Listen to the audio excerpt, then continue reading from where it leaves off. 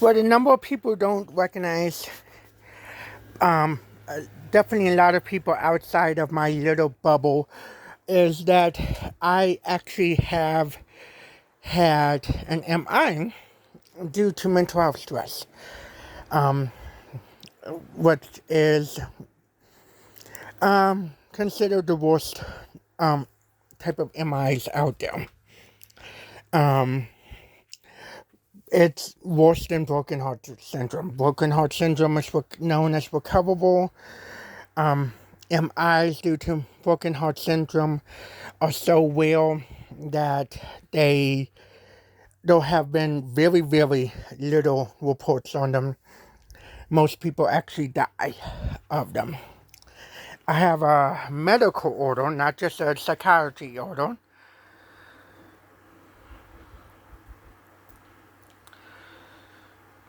showing,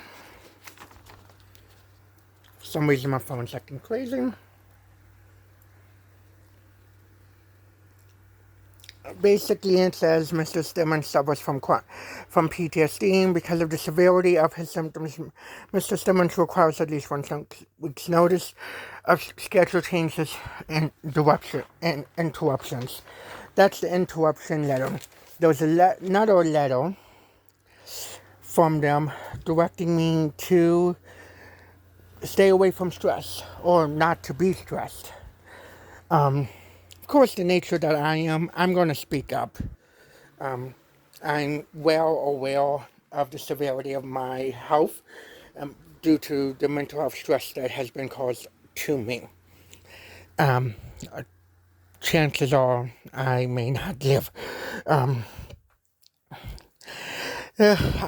haven't had an MI in over a year, but that is what, yeah. I'm still always going to speak up when I see hell. But I'm pretty sure places like Glens Falls, New York would love it if I die. And they absolutely would. They've threatened to make up stuff and so on. If they did make up something, I would die before I get there. So, yeah. That's the level of stress that I go through every single day. Simply because of the worst act in the whole wide world. It's kind of shocking and depressing and really big when you are 4.5 and a mother figure in your life dies. And at that time, you know well what it means when she's bye-bye. And she's also an EMT, and she gets killed by somebody driving an ambulance for the company that she works for.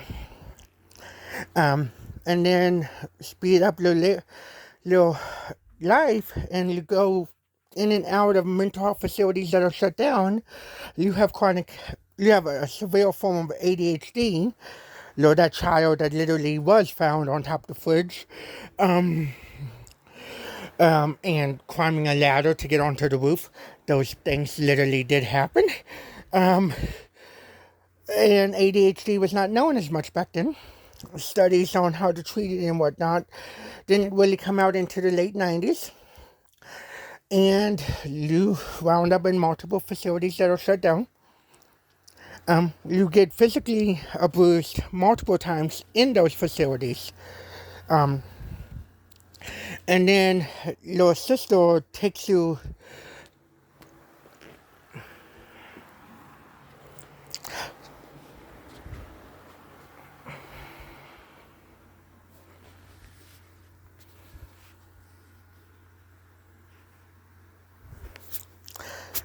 someplace.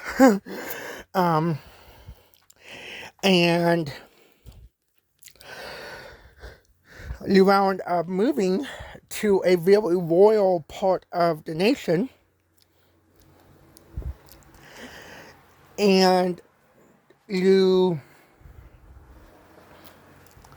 wound up being even more abused and experiencing some of the most horrific things in the world.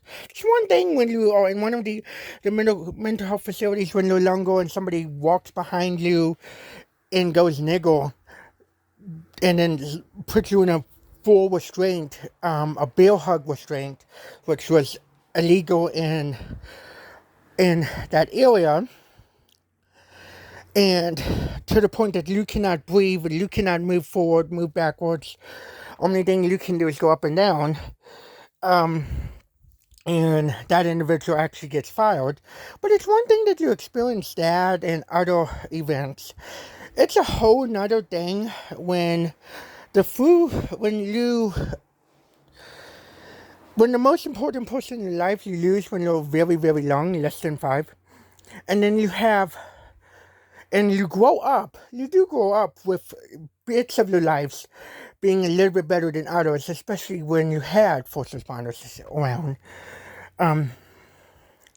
But then you get into a situation where a whole police department decides that it's okay to cover up what is the most grotesque thing in the world. It's kind of shocking, but it's also really, yeah. It's something that's going to happen there. Heck, they can't even hire officers from outside that much.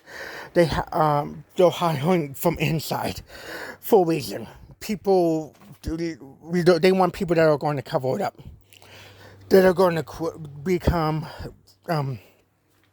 cover up what is the most disgusting and black-hearted thing in the world. There's no other way to describe that. Yeah.